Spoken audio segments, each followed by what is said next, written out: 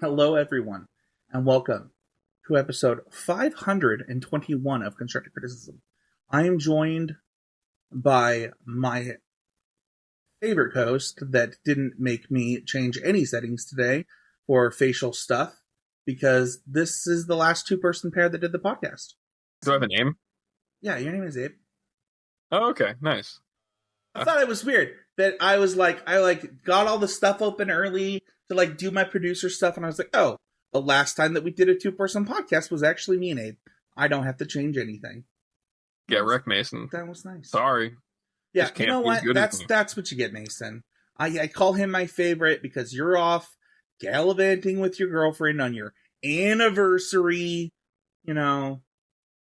Time's fake. It's flat circle. He says that to us all the time.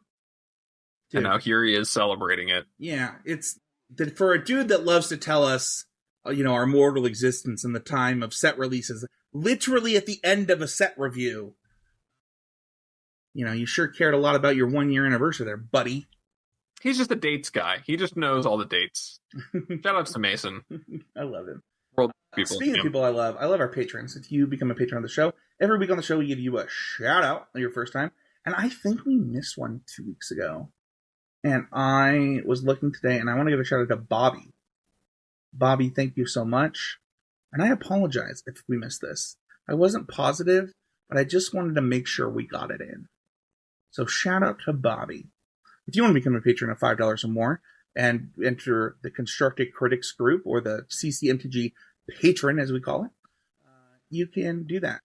$5 gets you access to the Discord, gets you access to the patron question of the week stuff, and other stuff. So check it out at patreon.com/CCMTG. You can also check out our sponsor at untapped.gg. We talked about them doing some new limited stuff. If you're like a 17 Lands fan, highly recommend checking out their new stuff that Sam Black helped them out with, and things like that. And then head on over to the swag store. Just go to constructiveprism.com, hit swag.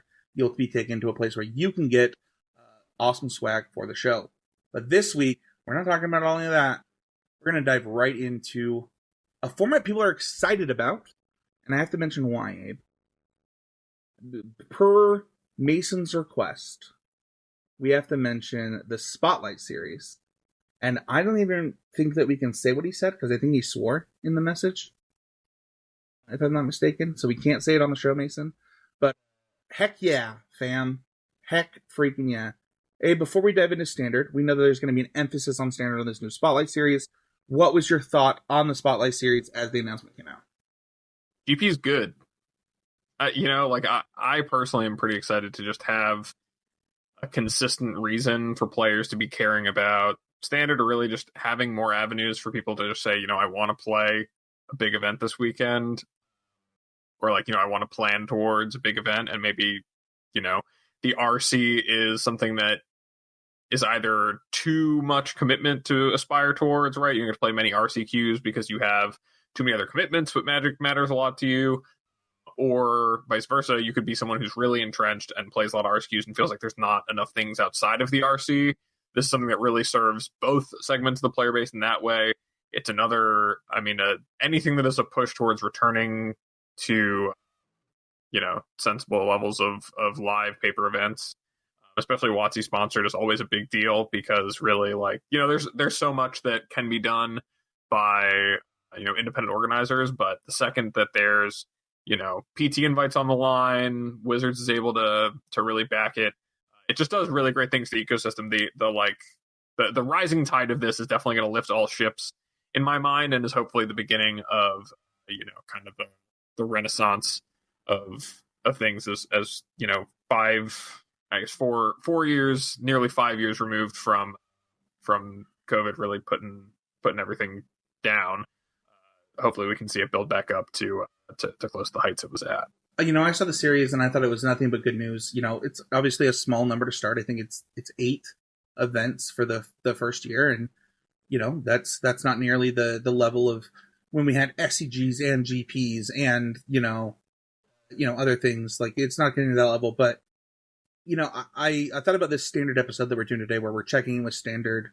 We want to make sure that people are up to date on it. It is a thing that happens at NRGs or at team events and things like that.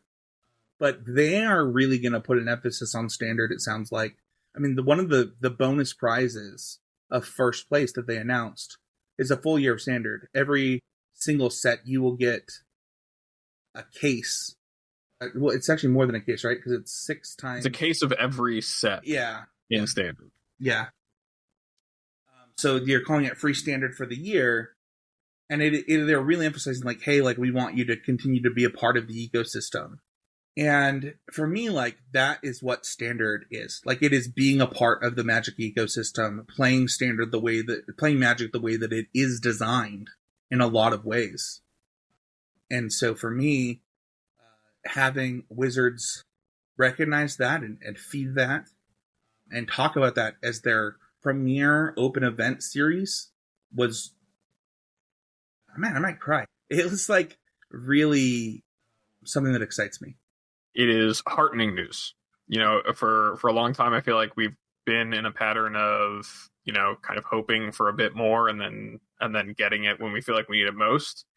And I would say, you know, this is a piece of good news that comes, I mean, maybe given the state of like Modern right now, when we feel like we need it most. But overall, just, you know, I'm excited to see what the announcements come like, you know, Q3 of 2025 look like as we're halfway through the year of events they have planned, to see if they're looking to expand it. And I'm really excited to just, you know, the amount of buzz on Twitter after all the negativity there's been, you know, across many community channels, to have something that everyone is really just genuinely excited about, and especially something that's just in line with what has always really worked for competitive Magic, which is having people play with the cards they're getting and the cards that are being printed, just put in standard decks in players' hands and tell them to go. When those play experiences have been so good for, you know, quite a while now, I think it's really going to just do a lot to put the strengths of Magic on the front foot, and I love that. Let's dive in a little bit about this too, Abe, because I agree with you, and I think you and I have, since RC San Diego, which was over a year ago now, I think it's like a year and a couple months now, you and I have like heralded that Standard's been in a good place for like a long time. I know that last Standard RCQ's season, super popular. They were basically like there were complaints the first 2 weeks when people thought Domain was just too good, and then it turned out that like the format was actually just really great. And we have a similar but different format starting out post Bloomborough. And I want to talk about what the format is currently about, but I'd like you to lead off. I know that you've been kind of in the trenches with some of your playtesting friends and kind of watching them more.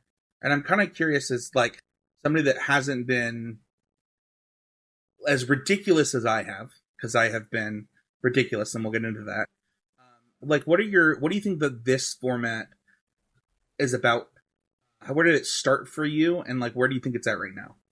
I think if the last format was really defined by cards like Rafine and just like the power of, you know, whatever the snowballing thing you were doing was, I think that this format is more about, at least in its current state, it's more about just the early exchanges and the powerful 2-drops. Like, I think that just about every deck in the format is trying to play to the board or have a plan to control the board coming out of the first, you know, 3 or 4 turns of the game, which means that even your like midrange decks are really 2-drop heavy. I think the aggro decks being really 1-drop heavy really kind of pushes for that. And, you know, cards like that are a pillar of the format. Cards like Shieldred are, you know, not the end all be all, because games are able to snowball pretty quickly, and you know, a lot of the aggressive decks, even like their curve is topping out at 3. They're really about just the strong things you can do for cheap and trying to 2-spell quickly, because there aren't cards that really are capable of on their own kind of soloing a game in the same way that Rafine would, and the interaction just isn't quite there in the same way. And so it's really lent itself to a format that is a lot about doing a lot in good ways. I don't know if you agree with that. Yeah, it's almost like, it's funny. I think the format started where it's so funny to think about when you're in our Discord and there was, I don't remember if it was Jacob or somebody else, was like, hey, like Standard's about to start, and I don't know if this Vraska talent combo is any good. It might be jank. Like, was said in our Discord, I think 2 weeks or so before Standard even started, and it was the best deck out of the gates. And I thought that was really funny. And then, then from there, it's kind of been like, okay, I need to beat either this combo deck fast, punish them for using their mana in like crappy ways. And it's hard because when you look at level 0, which is that deck, it is a mid-range deck that uses its combo pieces that are also mid-range pieces. And I think it's very different than like any other combo deck that we've seen in Standard since, I don't know, like pod combo decks. Like, I can't think of another mid-range combo deck like this that has hit Standard. And I think for a lot of people, it's kind of hard, right? Because like you have bats that are getting, cards out of their hand, their interaction pieces. Then you've even got the lizard, if they're playing that Thoughtseizes them again. Out of the board, they have Lilianas that can ultimate off of the combo, or they can just tear you to shreds. And so from there, it's like, okay, well, what kind of decks can we play that either go over the combo, right? That interact in a way, or go under it. And then you have kind of this slick shot / lizards type of thing going on. But I think that it all stems from the Vraska combo and the levels from there. Yeah, I mean, I think that, and for those who aren't familiar, the combo we're talking about is that Innkeeper's Talent, one of the new cards from Bloomborough, one of the classes. When you get it to level 3, has an ability that if you would put one or more counters on a permanent player, you put twice that many on that permanent player instead. And so that works on both ends in combination with Vraska Betrayal Sting, a completed Vraska from a few sets ago, where its ultimate ability is if target player has fewer than 9 poison counters, it like sets them to 9 poison counters. But when you're doubling that, that means that any number of poison counters will right. kill them, and also the Innkeeper's Talent will make it so that the Vraska you cast enters with enough to immediately ultimate. Yeah, so what's really interesting about that too, just to be clear, is even if you play it non-completed, because of the way that you basically put the abilities on the stack that you lose to after you go up, so that it will still enter with 10 loyalty, even though it looks like it will enter with. Yeah, it looks like it with 8. Yeah, so it starts on 6 and it should reduce 2, but you have to choose to double it. You do it the other way around, so it goes to 12, then it goes down 2, goes to 10. Yeah, and so that's kind of why it's about doing things early and often and having, kind of these interaction points, is that there is really a mid-range killer, like, kind of combo here in what is otherwise a powerful mid-range deck. I think that it's really hard for most decks to operate in that same space and come away being favored in the mirror or like favored against Golgari, because it has this ability to, in the middle of a game that's a slog, if it has a little bit of time, if it's not under a ton of pressure, to put mana into its permanence, to then turn on 4 cards a deck that say, if I draw this and resolve it, I win the game. In addition to all of the other benefits of also all my creatures in play, I'm outpacing you in terms of growing them just based on the Innkeeper's Talent alone. And all the cards really work as a pretty cohesive average mid-range deck without comboing. So it really means that many 10/10 bats, Abe. Have you seen a 10/10 flying lifelink bat in play yet? Because it's real easy. It's trivial.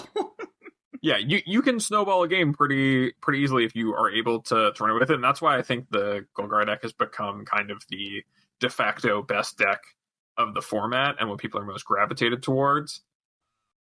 But I don't think that necessarily means that the format is solved or anything. I just think that not at all.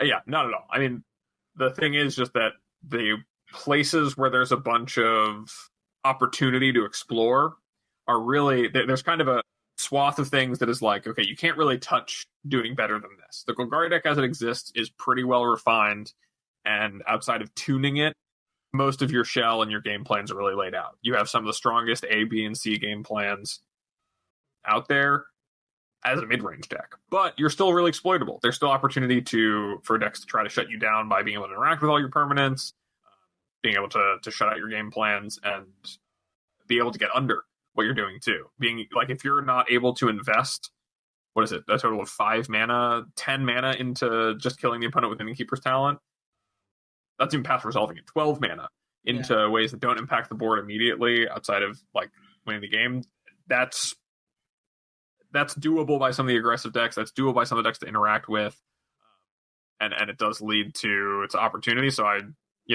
it's really, it kind of makes it easier for people, I think, to approach the format when you know what the mid-range deck is going to look like, because as we'll get into, there's a lot of different decks that are approaching the problem from different angles.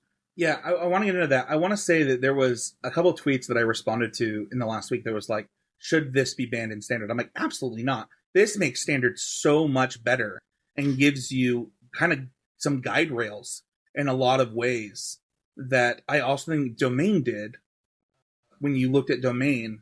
And like, I think those type of decks are really important to have. Speaking of Domain, it is one of the ways that people are attacking this deck. Leyline Binding is a heck of a drug, man, and people will find a way to make it good. There's a new card that is a 3-mana ramp spell. When it enters the battlefield, you search your library for a basic land card, put it on the play tap. It's a food, and you can sacrifice it just like a food, and when it dies, you get to do it again and gain the 3 life that a food would typically give you. So it's kind of this new part of the deck. It's still got the angel package, and then it's kind of about how you want to build from there. And there's been a lot of different variations of this deck. This is one of those decks that I don't think is solved. I think that there's a world in which Cornucopia, Lightning Helix is better than this. I think that there's a world in which, Nissa main is correct. I think, there's so much stuff outside of just the Angels Bant package that you can do, and it just depends on how much you want to rely on your mana and things like that. But, just being a up the beanstalk, Leyline Binding attracts a deck is enough in a lot of spots. Yeah, and I think like the important thing is that like this is a deck that structurally gets to prey on mid-range decks like Golgari a good amount of the time, just because it has the more powerful stuff. Like Atraxa is still, a heck of a magic card. Up the beanstalk still generates a ton of value. The deck still has a ton of really good sweepers to lean on to control the board, but also, cards like Leyline Binding are some of the best answers to Innkeeper's Talent. Get Lost, additionally, a great answer to Innkeeper's Talent, a really good way to punish the mana investment into, trying to go for this combo kill.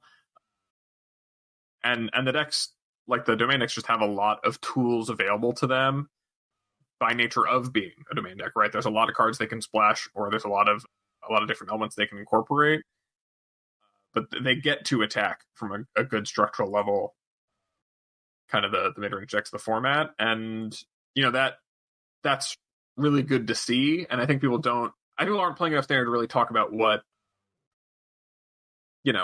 what's really going on beneath, like under the hood when you crack it open, because there's just a lot of, there's a lot of variation in a lot of these decks, but the pillars and game plans, I think a lot of people will find if they played the last Standard format will be still pretty similar. Like a lot of the cores of the deck that stuck around, like Domain, a good Standard like rotation, Golgari, right? Like Golgari was like a tier 2 deck. It got lifted up by new stuff. I think Gruul Prowess is the next deck that I wanted to talk about. It was like a tier 2 deck. It got lifted up. Let's move on to that one next. This one was interesting. It was the deck that I got the most excited about.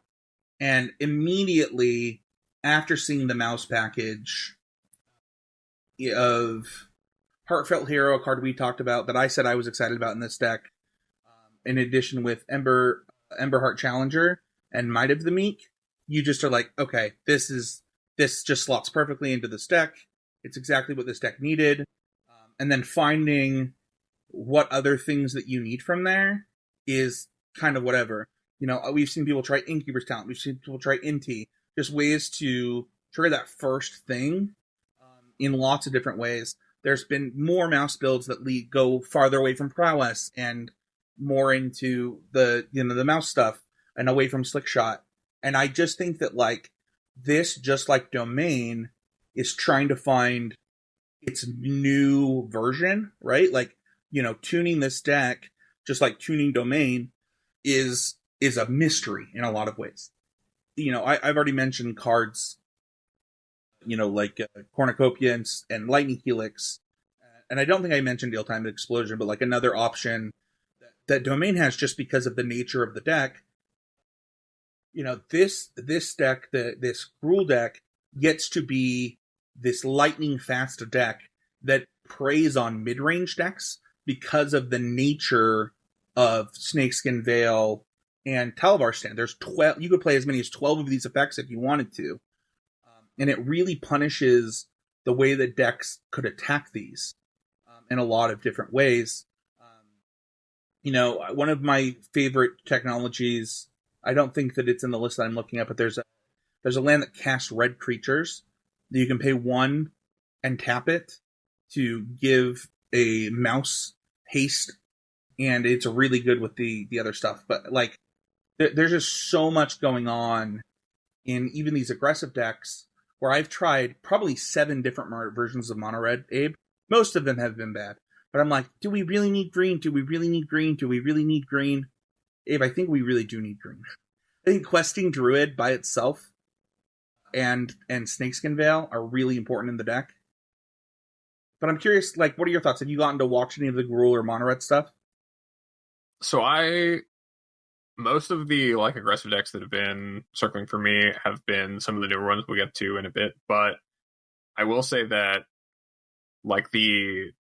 a lot of the strength in, like you were saying, a lot of the strength in Bloomburrow has been around these kindred synergies, around having the mouse cards and stuff. I think Heartfire Hero is one of the best one drops we've seen in a while. Not only is it just at face good as the effect of when this dies I get to fling the power, but also it almost feels like a Questing Druid in a way, because there are a lot of ways to target it. There's a lot of ways to build your deck to be able to target it. Like you're saying, I think it's Rockface Village is the land that you can pump something, give a +1/+0, and haste. The deck plays copies of Audacity, it plays Monstrous Rage, it plays, some builds play 4 copies of Might of the Meek. But there's a lot of ways to just get incidental targeting off on this card, and almost entirely because of the way this is going, we've seen the deck pivot from, there used to be these Picnic Ruiner decks that were a little more all in and better at beating decks like Domain, but perhaps had a bit of trouble with decks like Convoke, just because the number of blockers they're able to produce, and just the trouble of that, and also just Picnic Ruiner being a bit flimsy in the face of removal. But there's so many creatures now that a lot of these have prowess, or if you target them, they're going to get a counter in addition to the combat trick you're playing, that are really able to contend in the games that are about kind of what the mid-range decks are about in the early game. Playing Mosswood Dread Knights and Caustic Broncos, or whatever, or Bats, whatever their 2-drop of choice is. There's a lot of ways that these aggro decks are able to fight with that, and between the card advantage of Questing Druid, the protection of the green spells,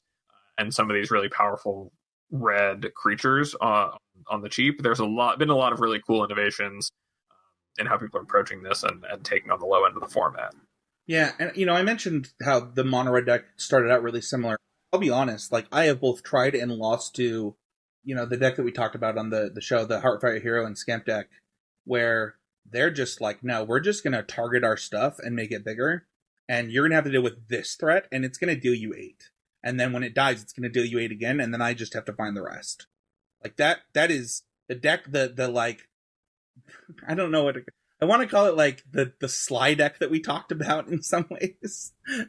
It definitely exists, and it's one that like, it probably has its own problems. It's probably like a 18 land deck, so that it comes with its own stuff. But that's what's so cool about this standard format is that we've talked about a mid-range deck, we've talked about 5-color control ramp deck, and we've talked about some aggro decks. But there's also a new aggro deck that has Burning Tree Emissary. No, it's not really Burning Tree Emissary. Why don't you talk about Lizards really quick? I think this has been the single biggest impact. Like I was saying, just the density of powerful, synergistic, low-end creatures has really started to make some pretty big waves in the standard format. It's kind of like it's really just a Rakdos aggro deck. It has like these lizard synergies. Like a lot of it is just cards from, actually predominantly the creatures in the deck are just from Bloomburrow. It's like Hired Claw, which is the red 1-drop that when your lizards attack, it deals damage to the opponent, and then you can put counters on it. If your opponent loses life, it has Iridescent Vine Lasher, so your lands are dealing damage. It has Deep Cavern Bat as a way to disrupt the opponent. It's got a ton of like card advantage on creatures through, things like Fireglass Mentor and Laughing Jasper Flint from OTJ. So it's really just like a ton of like all the creatures in it are lizards. The real synergy there kind of just comes from the fact that, well, I guess Scaled Scorch is a lizard lord in a way, but a lot of it just comes from the strength of being able to have 4 Cavern of Souls in your aggro deck. Like having the mana it does in order to play, 8 really strong one drops, multiple black-red pip spells, being able to play enough black sources to play black removal spells in its main deck that can answer threats like Shieldred or Glissa that can be really big roadblocks, as well as sideboarding enough to play, copies of Duress, or, some of the double black hosers for decks like Convoke, while also still being able to play all of the red cards it wants to. Like, that has been the biggest strength of this deck to me. And I think overall it really shows, there was a real vacuum of maybe early game 1-drop aggro decks that could contend in a world where people are playing to the board in a way that they weren't before, and this has really filled that in quite well, and I think has, it kind of feels like almost the aggressively slanted mid-range deck of the format with the way it's able to maneuver some of the games. I think that's how it plays out too. I think you have a good read there. And I want to jump into what you said about Gev. While Gev is not technically a lizard lord, all the lizards care about what Gev cares about. So it worked. Like, I think it's kind of like a cool design in a lot of ways. Where, like, you don't have to be a lizard for me to help you. But, like, the lizards naturally do what I want you to do. I think that's... And also the lizards wind up, getting in some points of damage there when you're casting them too, right? When you're in those board stalls, like, you're getting a lot of the incidental damage, and this deck really does bleed you out. Like, between Hired Claw dealing damage, if you have a lizard you can throw under the bus, that's going to be worth at least a damage from the Hired Claw. If you have Vine Lasher, then, like I said, all your lands are adding into that total. Like, the deck does a really good job of kind of bleeding its opponents dry and finding ways to punch holes in whatever the opponent's trying to do long enough to prolong it. And I think it's like, for me, it's been one of the coolest decks to play because it's kind of a playstyle I enjoy. Yeah. But overall, like, I think it's a real showcase of what Bloomburrow has had to offer, and when you look at a lot of the other aggressive decks, I think you see a similar trend of some of these creatures from Bloomburrow making a big splash as just some of the strongest synergistic things you can do. Yeah, I think that, Bloomburrow being about small creature synergies really shines in this standard format. I remember the first time that I cast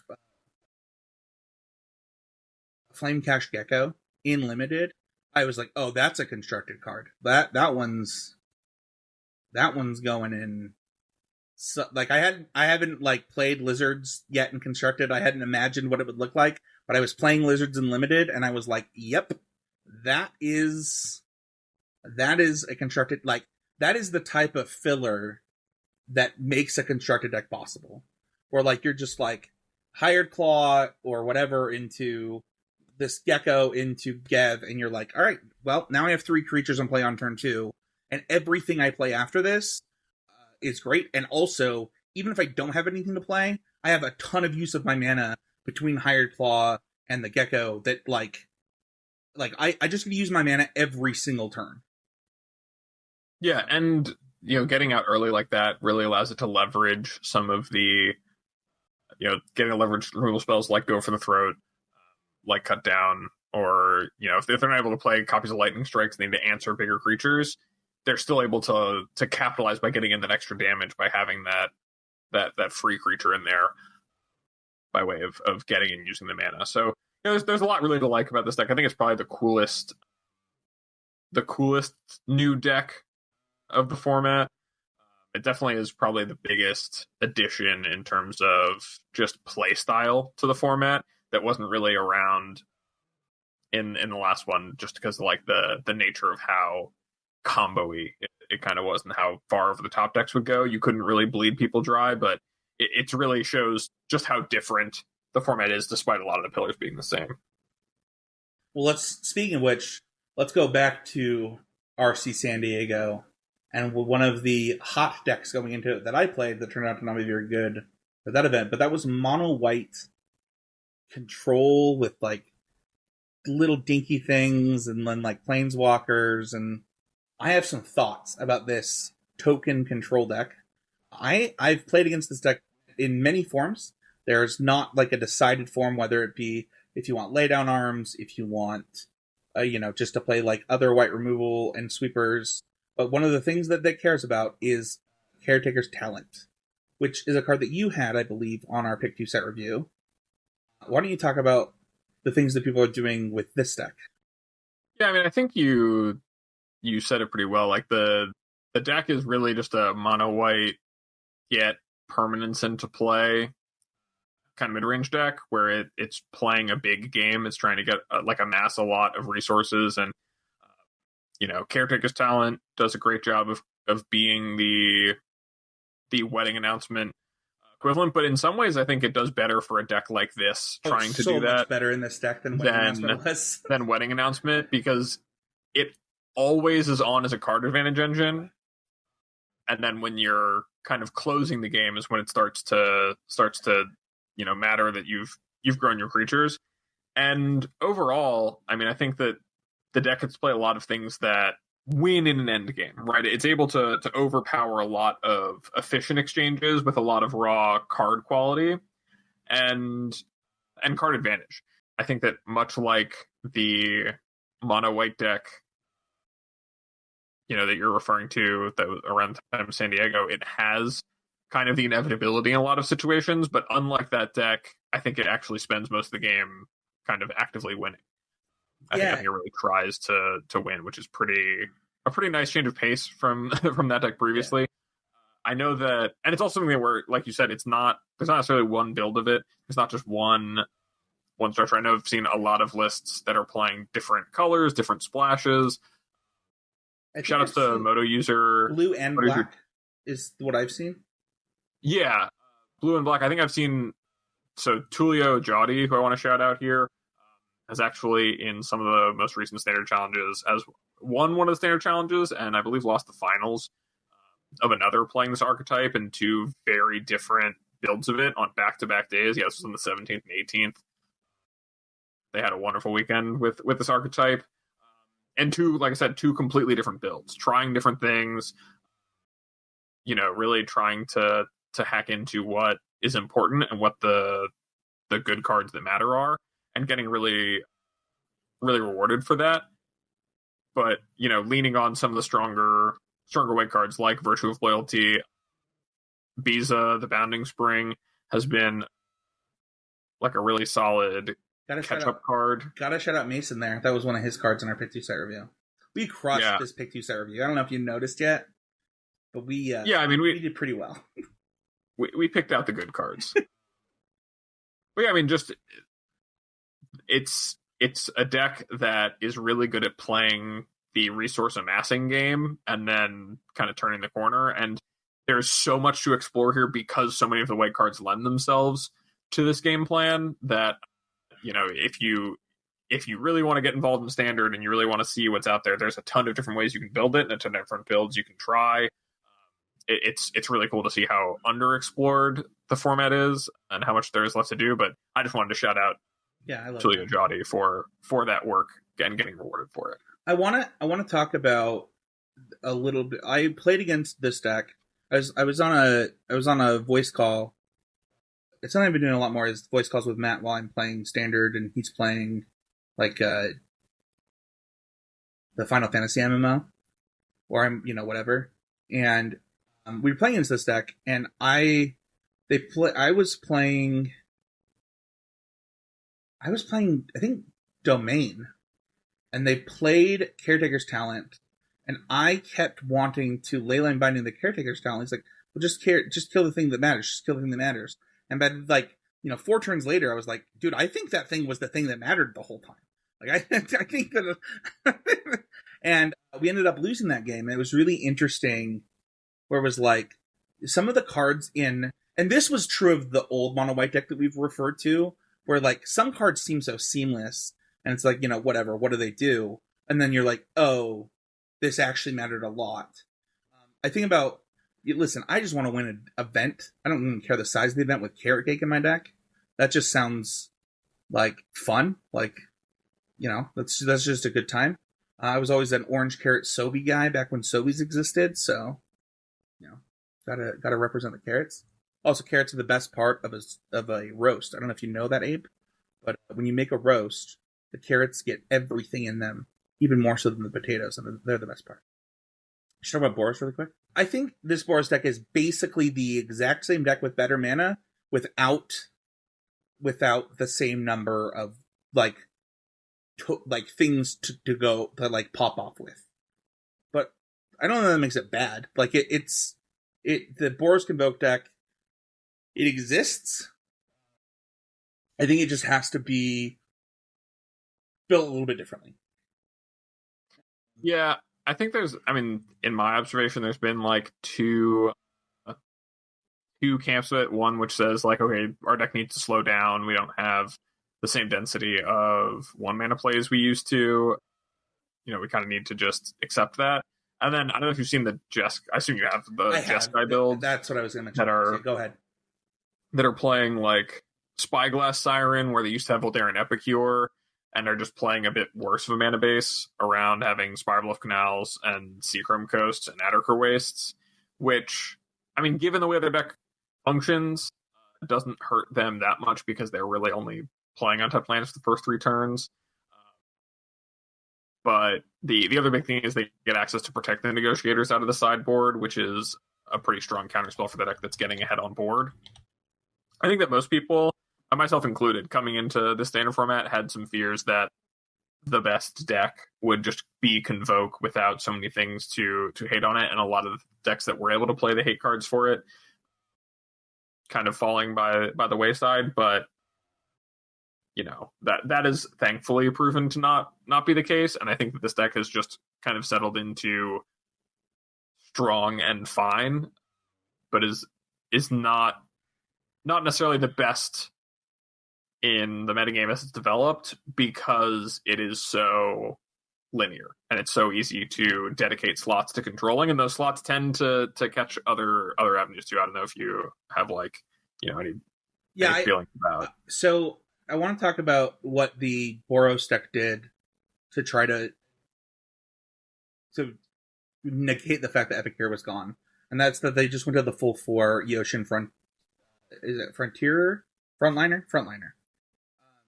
Whereas sometimes they're playing as little as a 1 or 0, in last standard. And it's fine. Like, it lets you still continue to play your Gleeful Demolitions. And there's still, still a Warden deck. It's still things like that.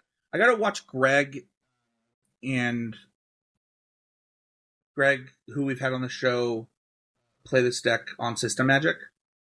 So from the show, and sorry, not this deck. I actually watched them play the Jeskai deck. And I think that while watching, I don't know if we came to the same conclusion, but I did feel like the Boros version was probably just better than the Jeskai version, just because blue doesn't add enough, and just very consistent mana is good. The whole problem with the deck to start with, right, was that we didn't have Inspiring Advantage. Then we got Inspiring Advantage. Everybody else got stuff to beat it. And now we're like back to playing worse mana. Like, I don't know. I would not be surprised if either version ended up being a total pillar of the format, but that's my thought. Yeah, I think it really depends on what is important in the sideboard. I think that the Jeskai builds are just much more prone to playing like Protective Negotiators and trying to kind of counter a sweeper and then push through it, whereas the Boros decks, because they know coming into it they're not going to be as explosive because they don't have nearly the level of draws with like Wardens and things that make tokens or the same amount of resiliency to like creature sweepers. They play a lot more things that are supposed to be able to dodge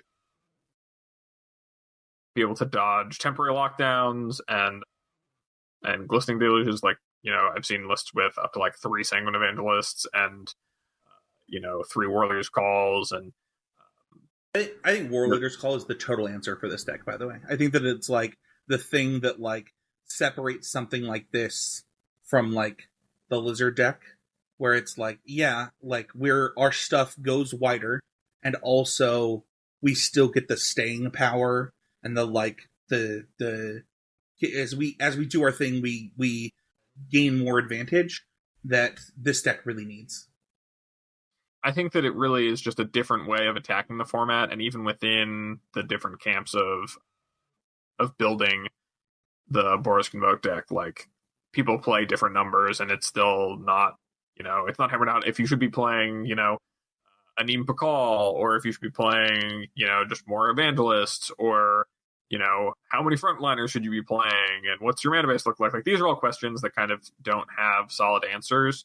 But the strongest draws of Night Errant of Eos on turn 2 or turn 3, getting 2 creatures and then being able to follow up, whatever sweeper there is, or whatever interaction there is with an midrange recruiter, which remains one of the best cards in the format. Like, these are all very true realities of Standard. These are good things to be doing, but more and more of the format has found ways, or is prioritizing ways to beat it. So it kind of is keeping itself in check in that regard, I think, across all the builds. Should we talk about I think you said true things about Standard. Is that the words you used? Sure, let's go with that. Well, let me tell you something true about Standard, and that's that these cards exist. Spyglass Siren, Deep Cavern Bat, and Gix. Do we have a deck? Is that a deck? I think that might be a deck. It's the start of something. So, to no surprise, I think that one of the decks that lost the least was the blue-black midrange deck that kind of fell out of favor to end the last format. But, as you look at its options for removal, you still have Phantom Interface as kind of in that slot. And honestly, in my opinion, it's kind of better in a lot of cases. You get the hard counters out of the board. If you want to play Liliana, you can play it. You got Tasha's Tidebinder. Blue-black midrange did not start out well in this format for the first few weeks, but as people knew what they were playing against, unsurprisingly, has crept back up. Yeah, I think it's interesting because it kind of makes sense. This deck was nowhere early and has started to gain traction. That the format really needed to have a solid base of what the good answers were for this deck to thrive. I think that one of the places this deck and decks like this tend to do best is where they are able to make sure they're bringing the best removal suite or the best answer suite, or their threats line up well. Like, that's really important. The other thing is that without there being a control deck, like, this deck used to really eat blue-white players. It had a lot of cheap, kind of tricky ways to get on board, a lot of ways to accrue a lot of card advantage, play a lot of interaction, shred your opponent's hand, or counter their expensive answers. Those were really, really strong things the deck did. And with Memory Deluge and Wandering Emperor leaving the format, kind of blue-white as it was, which was one of the easier things for this deck to outmaneuver, completely fell off the map. Now it seems like there's opportunity for this deck to operate as there's more understanding of how the mid-range decks need a position to beat some of the other things going on, and as decks like Domain have picked up metagame share as ways to kind of beat the mid-range decks. So it's starting to, like, we're kind of seeing the evolution of the format in real time as this deck finds a lane with there being decks for it to prey on. But I think, if you think about it in the context of, some of the more aggressive takes in the format, this deck does have issues. And if you look at it in relation to some of the other mid-range decks in the format, it does have some vulnerabilities against decks like, green-black, or even like the mono-white deck. But it's able to, now that it knows enough about those decks, and those decks are starting to solidify, and also there's more decks it has good prospects against, it has picked up, and not a lot of this deck has changed at its core, right? Like you said it yourself. Spyglass Siren, Fairy Mastermind, Bat, all of these kind of disruptive or flash like flyers, along with Gix as a way to refuel on cards in hand and to kind of press the advantage. All of this leads to a deck that is just good. Shoulder on the top end of that is just good. Removal spells and counter spells, even just cheap ones, plus card draw, will win a lot of games, and it's shown that in recent results. Yeah, I think that I maybe understood the power of the Boros and Jeskai convoke decks just a second ago, because as the format evolves, they'll continue to put pressure on stuff like this that's trying to disrupt the status quo in this way. And I think that this deck does this really good job of kind of being like really annoying, like depending on what you're trying to do. And we'll probably get into that a little bit with some of the things that I want to talk about. But I think Dimir midrange is like a solid contender right now. And I just want to talk about, before we move on and kind of wrap this up, we talked about 1, 2, 3, 4, 5, 6, 7, 8 different archetypes with sub-archetypes between them already on this episode. I think it's really easy to really hate a certain aspect of a given format or things like that. But we've talked about aggro, we've talked about combo, we've talked about control, we've talked about aggressive mid-range, we've talked about big mid-range. This format has it all again, and it's really cool to see. I want to just talk about some stuff that I think has potential. This is Spencer's soapbox for just a second, and you can just keep me in check. So one of my favorite decks from last standard season was the Smuggler's Ramp deck, Abe. I've tried a lot of that deck, and it has a lot of problems with how aggressive this format has gotten. Like it's not built for this aggressive of a format. You have way too many large creatures and things like that. And I think a solve for that would be to play the turtle shell, like the turtle ramp cards. There are 2 different turtles, as well as a new 1/2 that puts lands into play for 3 mana. And I tried that today, and it was pretty good. But I also played against another turtle ramp deck that was just green-black and didn't play the red. And I was like, yeah, that you could do it that way too. Like, you don't have to play the Terror with Beaks combo if you're just trying to get value out of your Smuggler's Surprise. So I think I do think that there's a ramp deck. I think anytime you have like a rampant growth effect like we do right now, you've got to consider that. Have you thought about like taking some of the inspiration of the Domain shell and playing like the temporary lockdown stuff and like Biza's like bridge spells to then get you to I've like being like a Naya deck? I've thought about a couple things. So the thing is temporary lockdown is actually a really good answer over things like Brotherhood's End. And the reason for that is you're not just trying to deal with small creatures, and also the small creatures have big butts in this format, but you're also trying to deal with like hard to deal with permanents that temporary lockdown can deal with. So that could be an option. I just think that there's a ramp shell that is a little bit unexplored right now that is good against Domain and Golgari, and that if you can get it to beat the aggro decks, would be like kind of in a sweet spot in this format. Yeah, I think that Cavern of Souls would have to do a lot of heavy lifting for you in that matchup. I imagine that like being able to cavern out some of your bigger things, but Cavern on the Soul, there we go. if you're going to play a turtle build, yeah, I think that it's really tough because of the mana requirements if you're going to play the combo.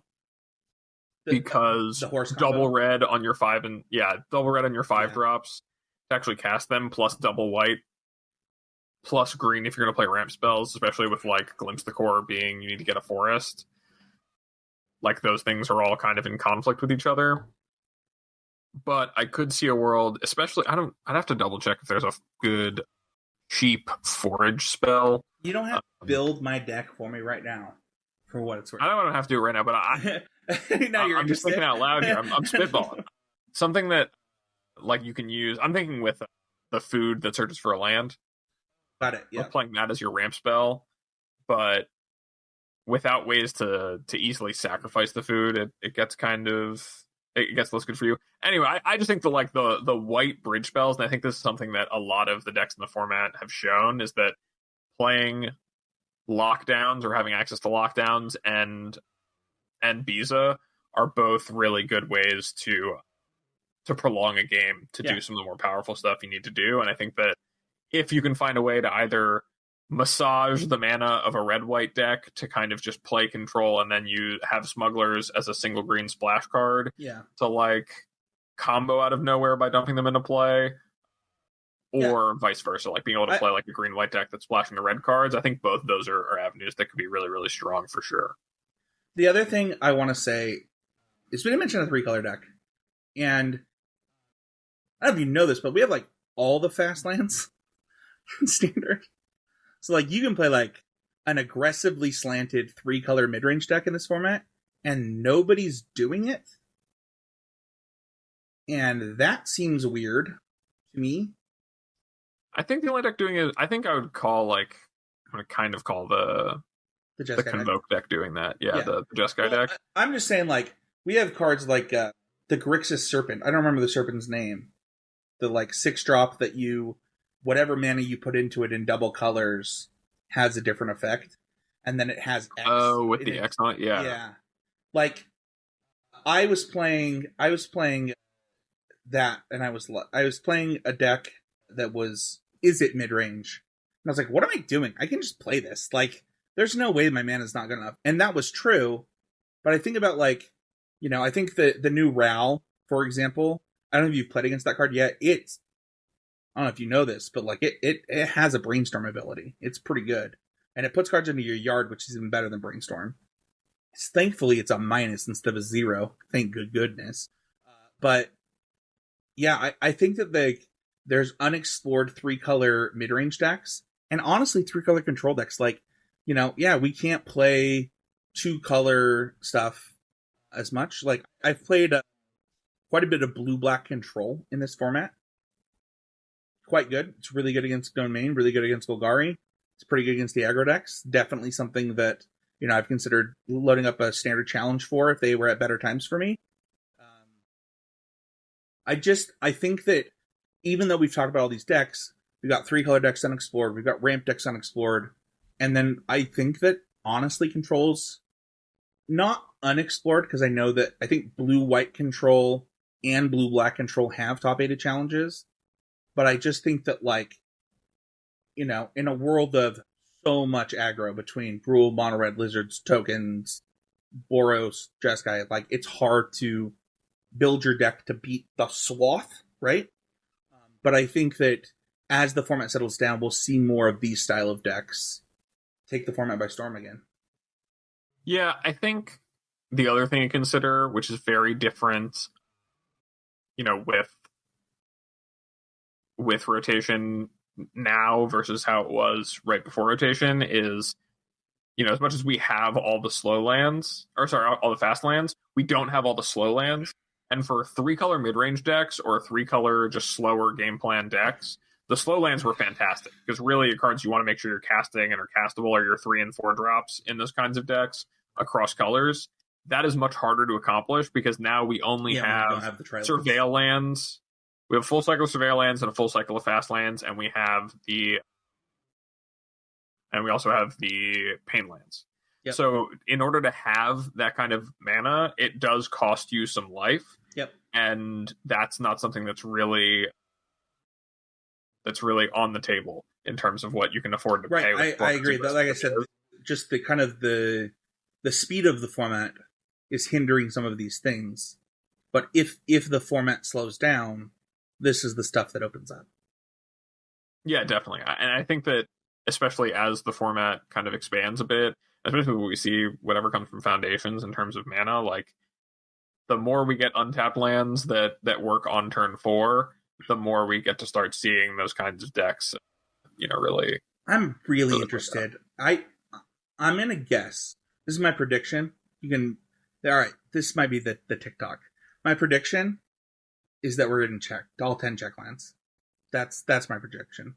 Like, if you want a perfect land for Standard that stays in Standard, it's got to be check lands. That would make sense to me. I don't know. I'm not gonna try to read the tea leaves here. I think they might.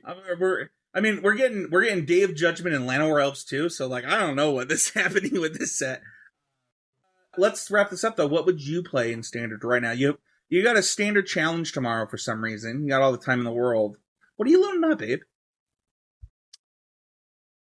We didn't talk too much about the Orzhov midrange deck, but I think that it's pretty popular for a reason. I think the way it started to adapt to trying to win the midrange wars with Golgari are making some sense. Personally, I would play Lizards because I just think it's the most fun thing, and I like to kind of get to do new things. It's very much my play style. But I think that going out there and just playing something, I probably wouldn't expect to do as well as a lot of the people I see putting up consistent results in the Moto queues, because it's clearly a product of their effort, and that gets me most excited in general. Like, I think that any deck is a good place to start if it feels like something you'd like playing, and if you're willing to put in the work and try things and tune your deck. I think there's just a ton of opportunity, and that's the best part of the format.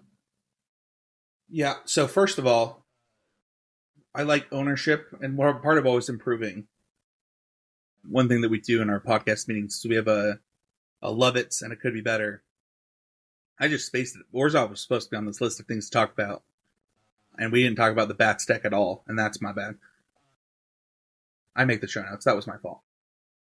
I would play Gruul, not because of anything other than I think the deck attacks the decks that I'm trying to attack in Golgari and Domain right now. It probably has some problems. I think you mentioned just like Boros Convoke can probably kind of kick its butt. It's a little bit of a problem for it, but I don't think that there's a way to avoid bad matchups in Standard right now. And for that reason, I just want to attack the top decks, which I think are those two decks. Let's talk about Always Improving, shall we?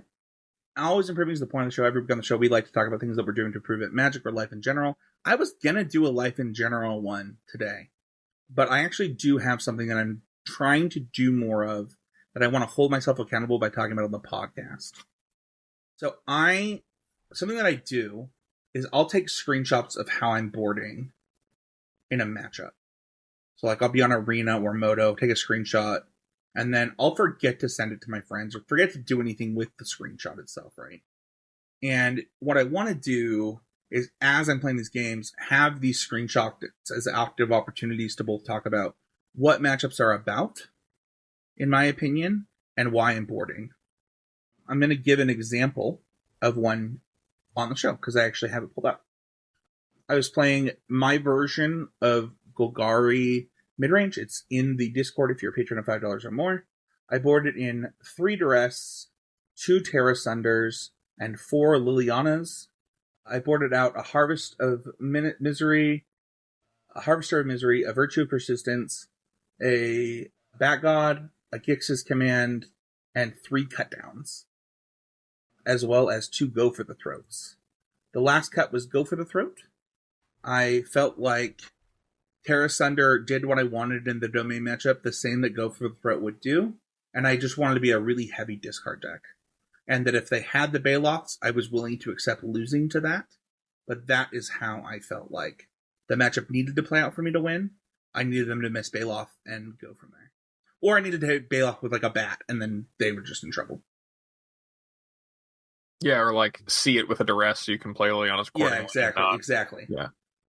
Yeah, I mean, I think that's a great practice to be in of that. I know that's something that I know I've been pretty happy doing in the Discord recently, is kind of a similar thing with shout out to Adrian for really engaging with just opening discussion about some of his games he's playing in limited and kind of talking through like combats and stuff and like what he is thinking about and sharing those, but like, you know, taking the time to not only, you know, make the decision, but then to just share it with someone else and get that feedback and get another perspective, right? Like that's how you really learn and grow. And so it's awesome that you're, you know, taking that on as something, and just all the games you're playing of, you know, this is what I'm playing against, this is what I thought, you know, this is why I thought that, you know, how do you think, especially with a lot of people, like when this format is so I'm not saying underexplored, but has not been explored to its fullest extent yet. You know, there's a lot of room for that to change. So yeah. One of the things that we didn't talk about was the non-combo versions of Golgari, because there are people that don't play the combo, and if you're playing the combo against a Liliana deck, you get crushed. Like it is like if you play a 2-drop that is not a creature and they play a Liliana and they get to make you discard, you're like, oh no. Anyway, that's my always improving moment. I'm going to continue to work at it and continue to hold myself accountable by continuing to take these screenshots, sharing them with people. I share them here. I'll see if I can post the screenshot for the show notes. I don't think you can do that on YouTube, or you can do it on the website. So I don't know. We'll figure it out, but I will post it. I have an idea. We can talk about it after the show. Okay. You can put this part out in editing. Yeah. Cool. Go. What about you, Abe? So my always improved moment this week came from the Arena Open that happened over the weekend. I kind of decided on a whim in the last minute. I had not drafted much since my initial intake of the format before, really just week one, you know. And something that has always kind of kept me from playing Arena Opens is just I'm not a huge fan of the Arena play experience in general. I like to be able to take my time. The rope system playing on Arena really stresses me out. Auto Tapper frustrates me. There's a lot of things I don't like about Arena as a competitive experience. But, you know, I had to work on Saturday. There was like no RCQs that are appealing to me, and so I was like, you know, I have time. I want to play some Magic. I was going to a concert later that night, but I was like, you know, I can do this, then I can play day 2. I'll fire 1 bullet. So I fire 1 bullet of traditional sealed because it's what I'm used to, and I was like, you know what, I'm gonna not only play this, but I'm gonna play this like I'm trying to play Moto or play like I'm trying to play Paper. I'm going to just focus on taking all the game actions I need to. I'm going to not let the rope get to me. I'm going to think on my opponent's turn as much as I can. If I need to keep the rope in consideration, just start counting my, like, doing my combat math in advance of what does my all-out attack look like? What does it look like with 2 blockers in play? What does it look like if they're leaving up mana for a removal spell? Can I commit this turn? Like, actually actively thinking through my turns and combats and developing, you know, my board over the course of the game, and not finding myself in positions of feeling like I was being lazy or, you know, letting myself get got by something like the Auto Tapper when I have these hybrid spells in hand, or I want to do something specific with my mana.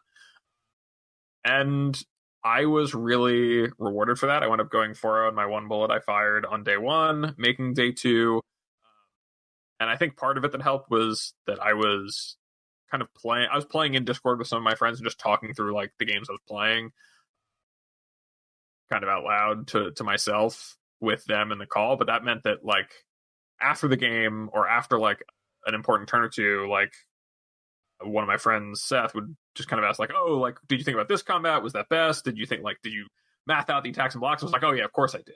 And that got to be my answer. I got to explain, you know, if we had a differing opinion on maybe what line to take, getting to kind of debrief about that. It really kept me really engaged, and I think it was probably the best since the best since kind of maybe the SGG Online era of Magic that I've played Arena, and a lot of it just came from not making excuses for the client being the reason, and saying, this is how I'm going to engage with Magic right now, and this is what makes sense for me this weekend to play an event.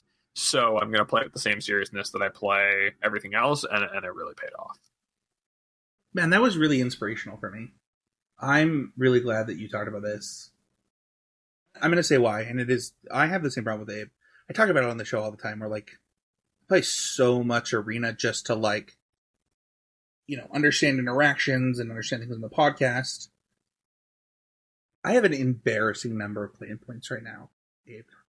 And I should use them. Like, why do I have them if not to get those free entries and to play events that I care about?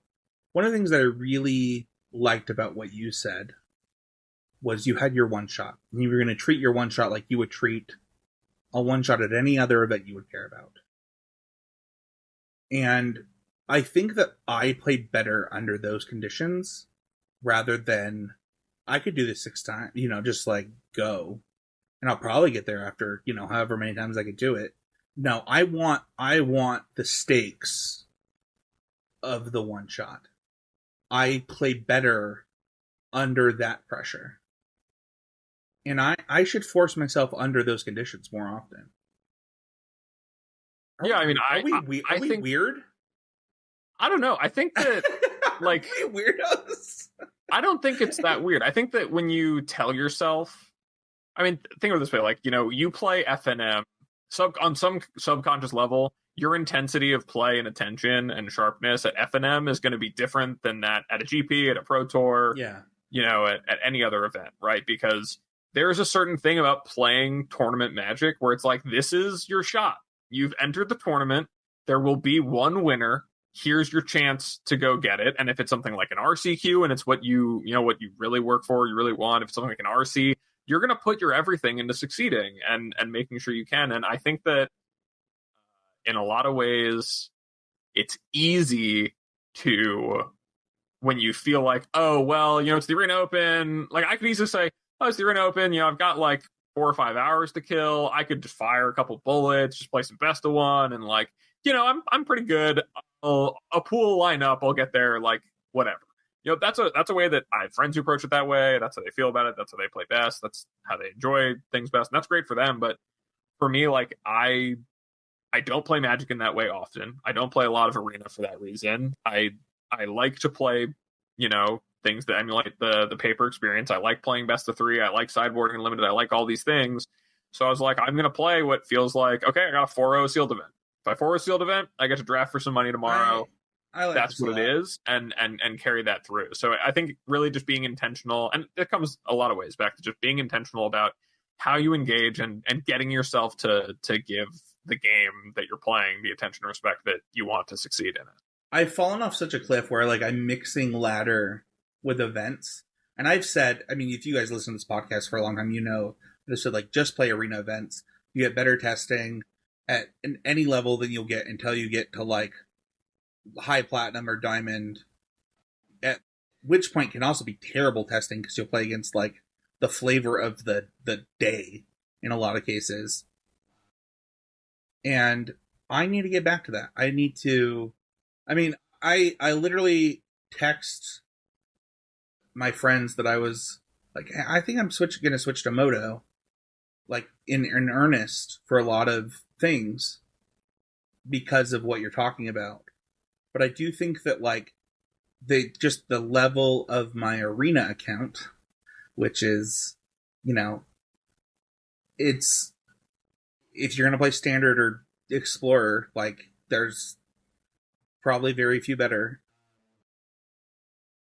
I should do this. I really, really loved your Always Improving moment, and I'm going to take it to heart when I play Arena moving forward, and I appreciate it.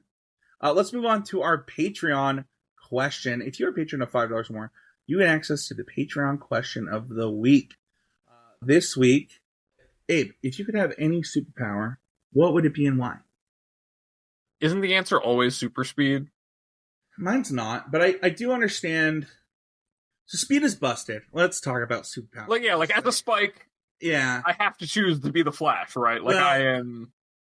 So, man, the number of I don't even read the Flash. I've only watched 2 seasons of the Flash, and my Flash knowledge is from the lore videos on YouTube, and oh, how fast is the Flash? Oh, which, by the way, if you ever want to enjoy the show, the TV show, The Flash, which is a great, great TV show, don't look up what the Flash's power should be, because you're like, what?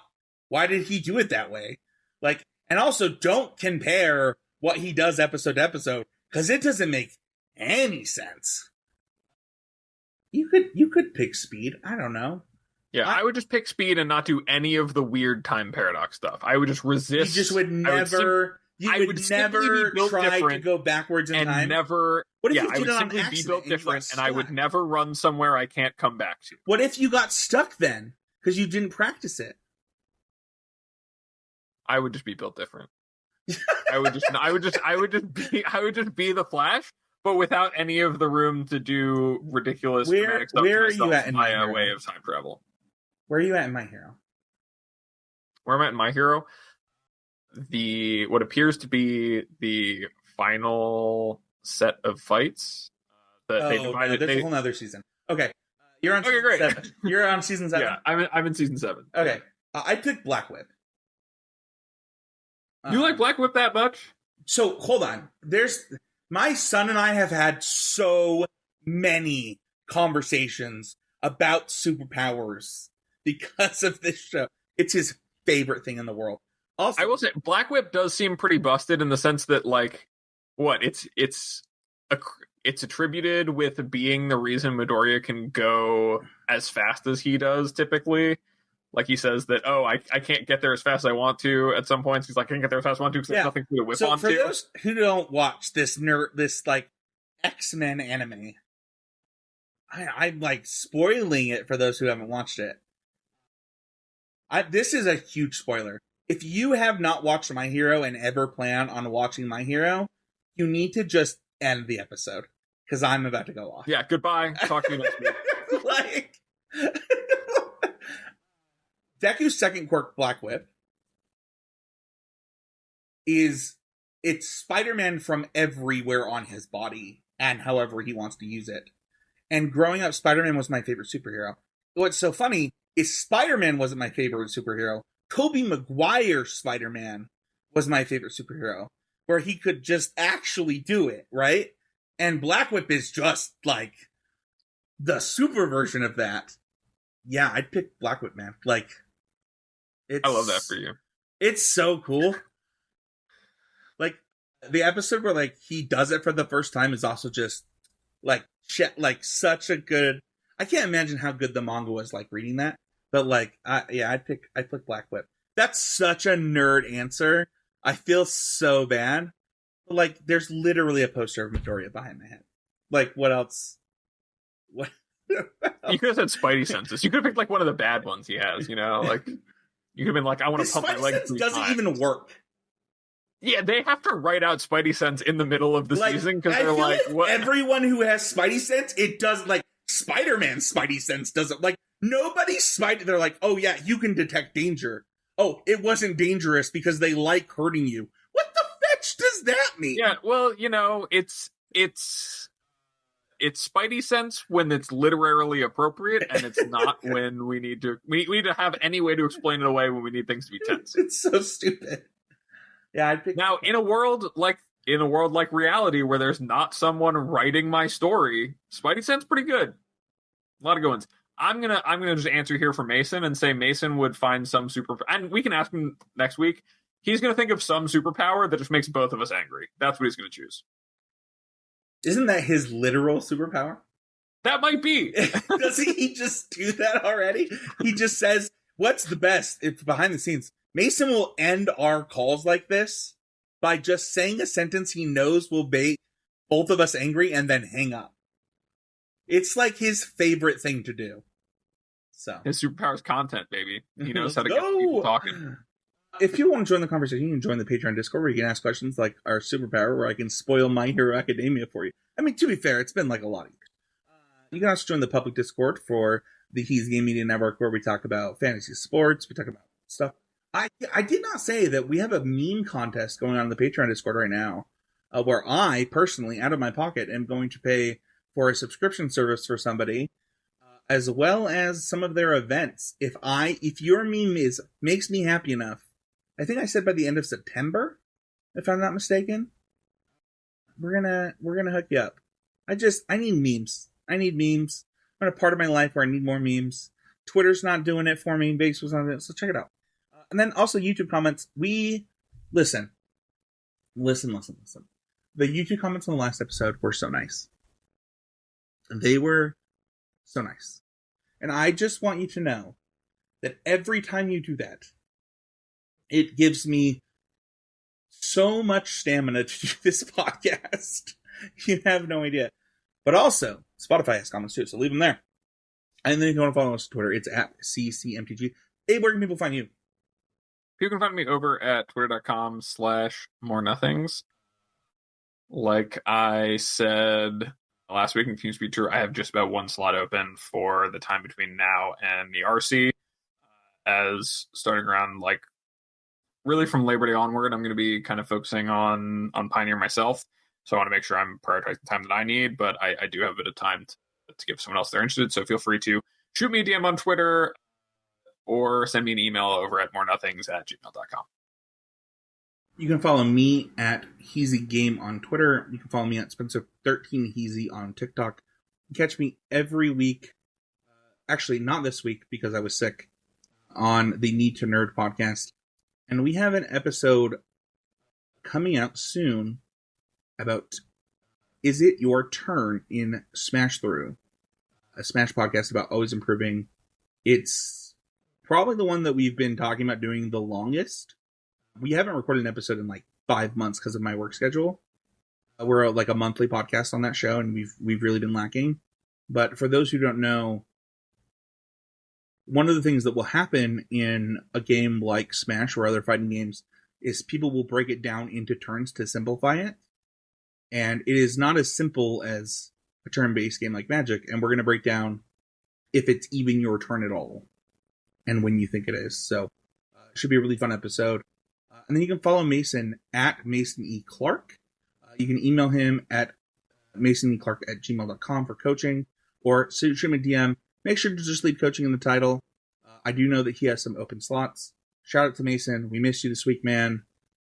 And then if you enjoyed the show, please let us know. If you hate the show, share it with your enemies. Let them know that there's the show that you love so much so that they also can hate it. And then tell us on YouTube. Just tell all your friends to tell us on YouTube in the comments. Yeah. Get in there and tell us what you think, no matter what. Yeah. All views are good views. Thank you. And that's it. Thank you, everybody, so much. We'll see you all next week with another episode of Constructed Criticism.